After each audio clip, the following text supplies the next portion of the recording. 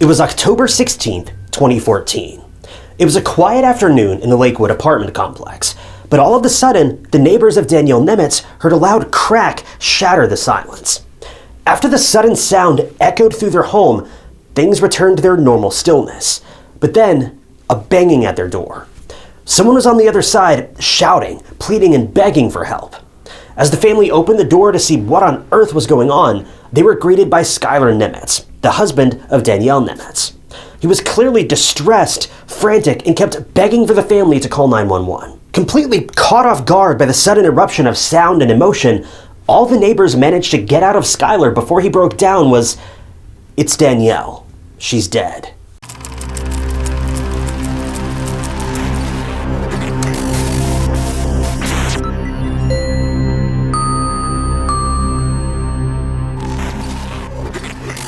Welcome to True Crime Stories. If you're new here, I'm your host, Ty Knotts, and I post new true crime documentaries every single week. If you're watching this video, that means you're probably interested in true crime, and that's pretty much all we do here. So be sure to hit that subscribe button. It's completely free and just lets you know when I post new videos. Danielle Ripien was born on January 11th, 1995, in San Francisco, California. She had a sister named Ashley. Danielle was born a fighter. She opened her eyes 7 weeks early when her mom Elizabeth went into labor, and she weighed just 3 pounds, less than half what she should have. Even the doctors and nurses who assisted in Danielle's birth weren't sure that she would make it, but she certainly did. After her birth, Danielle was a relatively normal child. For a short while. See, when Danielle was just 2 years old, her mother Elizabeth sadly lost her life to cancer. Even though Danielle was too young to even comprehend the meaning of death, it was at that moment that her life completely changed. Luckily, Danielle's grandmother, Scarlett, stepped up as her guardian and took care of her until she was 14. But at the age of 14, Danielle would see another person she loved breathe their last breath. Scarlett also passed away simply due to old age, and Danielle was heartbroken. This time, the cruel reality of death sunk in, and Danielle found herself incredibly lonely and isolated. Danielle would later go and live with her stepfather, Michael, who legally adopted her. But tragically, he would soon pass away as well. So it's safe to say that this was one blow after another for Danielle, and it really made her crave a sense of being loved and having her own family from a very young age. Even though fate was very cruel to Danielle, she didn't let go of her fighting spirit. Danielle's friends defined her as a breath of fresh air, and some of her friends even claimed that the phrase "small but mighty" was made for Danielle. Despite all of these horrible setbacks, Danielle just kept pushing forward, and she invested a lot of her energy into her favorite hobby, cheerleading. But deep down, more than anything, Danielle craved stability. Even though she had a huge extended family and siblings, Danielle just wanted to belong. According to her cheer coach, Danielle would always think of the family of her boyfriend as her own, because it was the only stable thing in her life. Danielle was in her senior year of high school when she met a very significant person who would become her forever. His name was Skylar Nemetz. 19-year-old Skylar was fresh out of high school himself, and he enlisted in the Army, and he was about to leave for basic training in Georgia. Skylar and Danielle met on October 4th, 2012, at a high school football game in Northern California. They added each other on Facebook, and after messaging back and forth for some time, well, the pair basically instantly became inseparable. For both Danielle and Skylar, it was love at first sight, and they both knew that they'd found the person they wanted to spend the rest of their lives with. Skylar and Danielle's relationship moved impossibly fast. Within weeks, Danielle moved in with Skylar and his mom, Danette. On their first Christmas together, Skylar took Danielle to a mountaintop and popped the question. And an excited and emotional Danielle said yes, and their future was set. A couple of months later, on March 7th, 2012, Skylar and Danielle got married after Skylar completed his basic training. This was Danielle's dream. She'd finally had her own family, albeit a small one, but it fulfilled that sense of belonging and being loved, so it was perfect. Married life was blissful for Danielle and Skylar. Skylar taught Danielle how to drive, and the couple were living in Lakewood, Washington, since Skylar was stationed at Fort Lewis. After marriage, Danielle finished up high school and started working at a local countertop store. She had dreams of opening up a nail salon one day, and she also loved doing makeup, so it was only fitting that she started her own YouTube channel where she posted makeup videos. The couple also adopted 2 dogs, and like any other couple, They had dreams of traveling the world before settling down and eventually expanding their family. At the time of the case, Danielle's sister Ashley was due to give birth, and Danielle was so excited to become an aunt. But tragically, Danielle wouldn't get to meet her niece or nephew. She wouldn't get the chance to start her own family either, because on the fateful day of October 16th of 2014, a little over 2 years into her marriage with Skylar, Danielle was found lifeless in her home. It was September of 2014 when Skylar was due to leave for a 3-week-long field training operation in Yakima, Washington, leaving Danielle at home with their 2 dogs. But fast forward to October 16th, and Danielle spent the day FaceTiming her best friend, Michaela. On the call, Danielle seemed very excited for Skylar to finally come home, and she even decorated the house with candles. She ran her errands like bathing the dogs and prepping the house for Skylar's return, and while prepping, she got a text from Skylar asking her to buy a specific bottle of rum and whiskey for that night, which she did. See, during this field training operation, Skylar was prohibited from drinking on the base, so this was why he asked Danielle to buy that specific alcohol for him since he was coming back. At around 4 p.m., Danielle reunited with Skylar and FaceTimed Michaela again, and even Skylar joined the call and waved hello at his wife's best friend. Everything seemed perfect at the time, but that was tragically the last time anyone would see Danielle alive, because less than 15 minutes later, a frantic 911 call was made by Danielle and Skylar's neighbors. According to the neighbors, a frantic Skylar came wailing on their door, begging them to call 911. And on the call, the neighbors told the operators that they'd heard a lot of banging noises coming from the Nemetz home, and now Skylar was telling them that his wife had accidentally hurt herself while cleaning a rifle. Now, for context, Skylar and Danielle were both crazy about firearms, often spending time at the firing range, hanging out and testing a variety of weapons. It was a common date night activity for the two of them. Since Skylar was always out for training and the couple barely had time to themselves, this was their version of spending time together, and they both loved it. But anyway, when Skylar joined the Army, his firearm collection grew to 15. And on Danielle's 19th birthday, Skylar gifted her an automatic rifle in Danielle's favorite color of blue. And this was tragically the same rifle Danielle was cleaning when it accidentally went off. The police and emergency services arrived, and when they made their way into the room where Skylar and Danielle were, they were left stunned and speechless. Danielle was slumped over a table, completely motionless.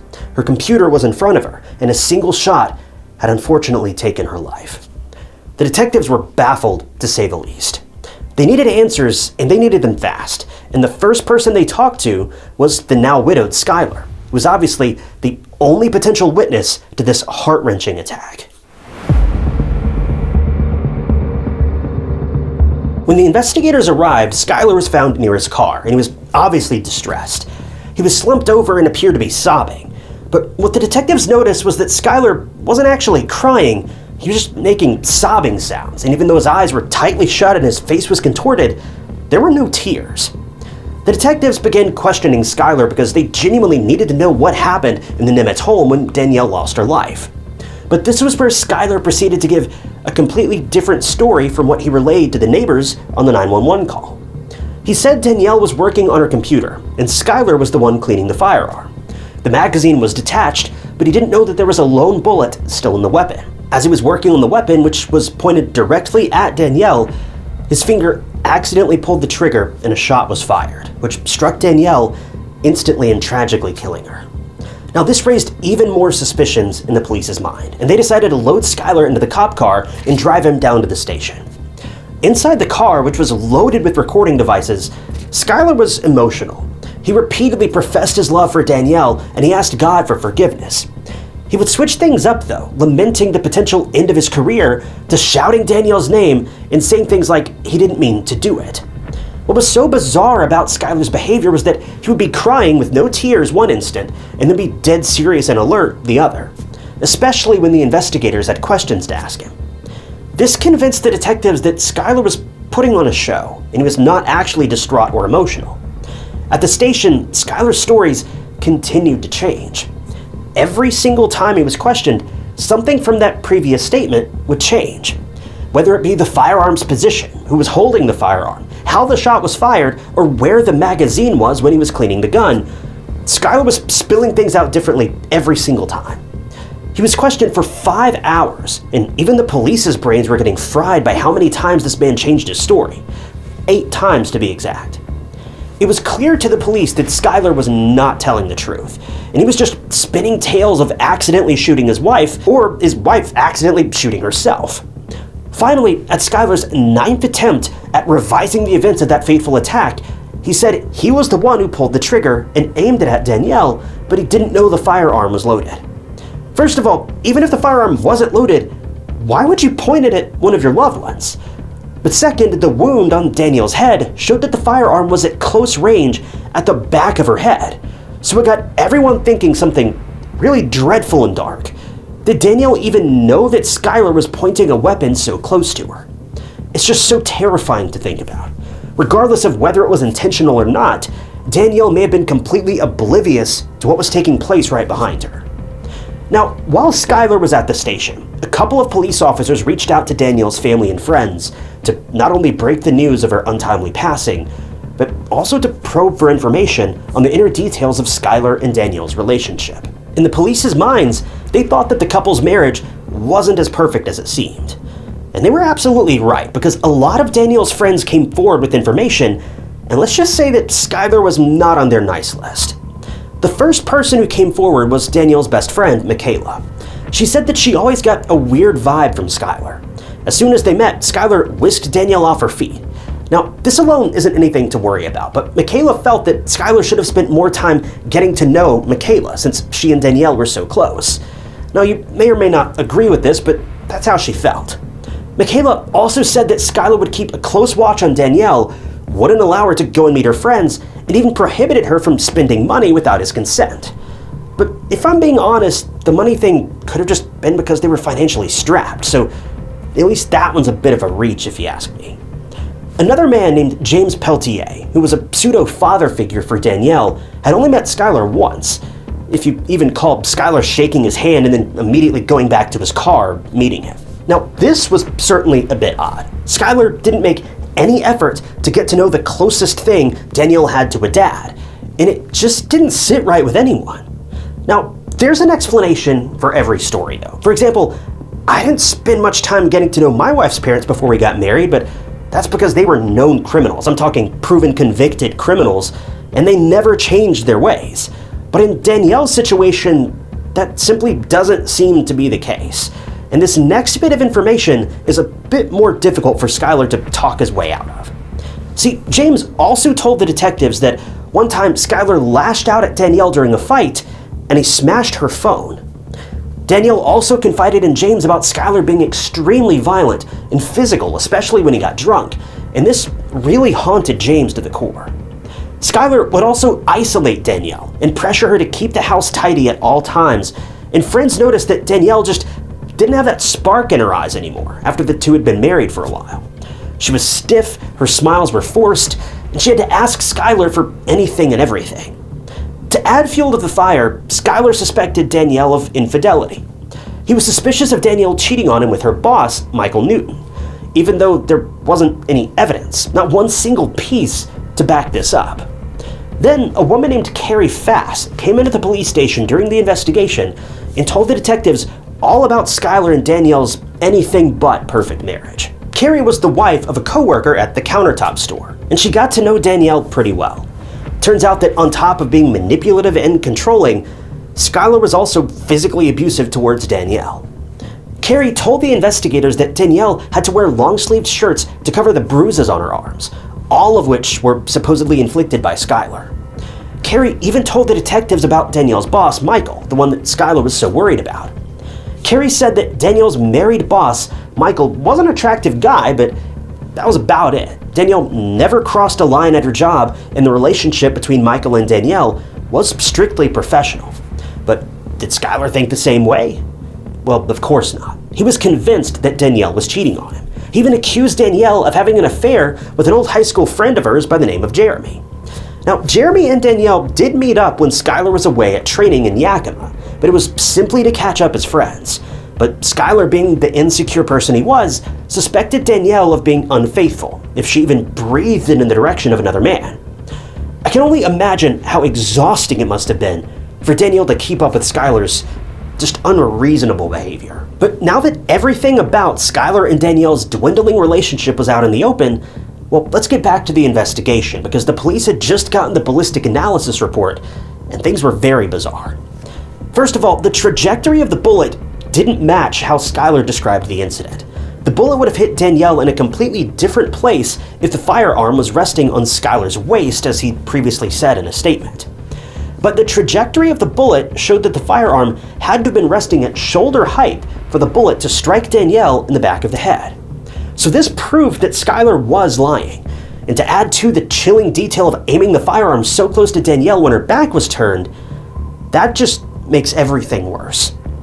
Skylar also had a pretty serious injury on his index finger of his dominant hand, and it was the same hand that he used to do everything, even handle firearms. He couldn't have simply gotten this injury by cleaning the rifle, as he claimed, but he could have gotten it by firing one. So with all of the evidence and even some heated text conversations between Danielle and Skylar, which only painted the picture of their unstable relationship even clearer, the investigators charged Skylar Nemetz with the first-degree murder of his wife, Danielle, and they arrested him. He was held in Pierce County Jail on a $1 million bond. Skylar pleaded not guilty to the charges, and he was now awaiting trial. The trial began on January 21st, 2016, about 2 years after Danielle lost her life. The thing that's so crazy to me is that throughout the entire process, despite all of the evidence against him, Skylar's mother stood by his side. And this was so heartbreaking to see. I'm sure any mother would, regardless of the circumstances, but his mom, Danette, truly hoped and believed her son was innocent. She even went as far as selling her house, her car, and expensive jewelry to pay for Skylar's bail. And she got Michael Stewart, one of Washington's most successful defense attorneys, to represent her son. The prosecution presented evidence that included statements from Danielle's friends and family, the ballistic analysis, and Skylar's very odd behavior following Danielle's demise. The prosecution argued that a seasoned soldier who knew firearms like the back of his hand couldn't make the mistake of accidentally firing a round that struck Danielle. For some background, Skylar first handled a firearm when he was only 4 years old, which is crazy in its own right, but that's a whole other discussion. But anyway, he first used an automatic rifle, the same style of weapon that claimed Danielle's life, when he was only 14. So he knew how to handle firearms, how to disengage them, and how to make them safe for cleaning or even routine checking. He'd been doing it for years. The prosecution tried to convince the jury that Skylar lost control of his anger after yet another fight with Danielle about cheating on him, and he fired a single round when her back was turned. They also alleged that Skylar was very detached after the fact, and instead of mourning the loss of his wife, who was the love of his life, he chose to dump all of the alcohol that he'd asked Danielle to buy for him down the sink. But during the trial, Skylar continued to try to fake his emotions, but in all honesty, he was terrible at it. He'd pretend to cry, but he'd never tear up. His voice was never shaky, and he'd never show anything that resembled genuine emotion. This man was neither grief-stricken nor remorseful for what was going on. The defense, on the other hand, was trying to get rid of the first-degree murder charge. Michael Stewart said that Skylar didn't intentionally end his wife's life. It was just a tragic accident, and Skylar was guilty of manslaughter at best. The trial went on for a month, and in the end, the jury reached a verdict. On March 3rd of 2016, Skylar was found not guilty of first-degree murder, but he was guilty of first-degree manslaughter. The prosecution couldn't convince the jury that Skylar had intentionally ended his wife's life. This was a devastating moment in the courtroom, but the worst was yet to come for Danielle's loved ones. On March 25th of 2016, Skylar Nemetz was given the highest possible sentence for the charge, and that was 13 and a half years in prison, and he's scheduled to be released in 2029. But at the end of July of 2020, Skylar's case resurfaced. He claimed he was given the highest sentence for the manslaughter charge, but his young age wasn't even considered. Skylar's attorney stated that this sentence was a, quote, miscarriage of justice. It was alleged that the jury didn't consider his youth and immaturity when giving him the highest possible sentence. But accident or no accident, need I remind you that this awful human being is in prison serving a measly 13 and a half years for shooting his wife? Skylar's defense team argued that even though he behaved recklessly, the jury failed to understand that the recklessness is, quote, the very hallmark of youth. So is the defense implying that a young person can commit cold-blooded murder, end someone's life, and not face the consequences just because young people are typically immature and reckless? Well, thankfully the jury pushed this appeal to the side and sternly stated that being young and reckless doesn't give anyone a free pass to commit heinous crimes. So Skylar will have to spend his life behind bars until 2029. Skylar's sentence was a punch to Danielle's family's gut. 13 and a half years was nowhere near long enough to give justice to Danielle, who lost her life so callously at the hands of her own husband, who was not only manipulative but also abusive. James was not Danielle's biological daughter, but he loved her just the same. And one of James's fondest memories with Danielle is when she used to dash through the front door and embrace him in a big bear hug. James was crushed that he'll never get to see Danielle's smiling face or hear her voice again. Danielle's sister Ashley wanted to see her grow up, have kids, and watch them live their lives together, but sadly she'll never get to experience that, all because her brief 19 years of life were cut short. And that too by someone she believed would be with her forever, for better or worse. A candlelit vigil was held for Danielle on October 26th of 2014, with everyone sharing heartwarming and happy stories of Danielle and how she impacted so many lives just by being herself.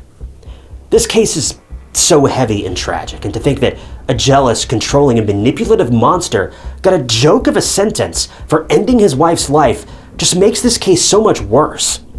Danielle was a fighter. She came out smiling when all the odds were against her, and to think that she had to lose her life like that so unreasonably is just devastating. In cases like this, there is no silver lining. There's only hurt and hopelessness. Danielle lost her life for no reason at all, and the man that did it to her isn't even being properly punished.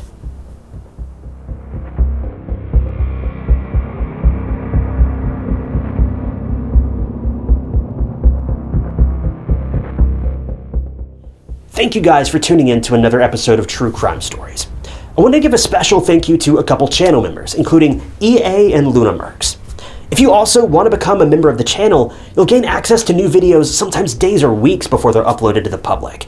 And it is a great way to support the channel and help out. And I really appreciate all of you that have decided to do that. If you want to join, you can click that big join button below the video or find the link down in the description. Also, don't forget, True Crime Stories t-shirts are also now available. And you can grab one of those from a link down in the description as well. But as always, if you enjoyed this video, check out this other interesting case I covered, and don't forget to subscribe. It's totally free and just keeps you up to date with all my future videos. But my name is Ty Knotts, and I'll catch you guys in the next one.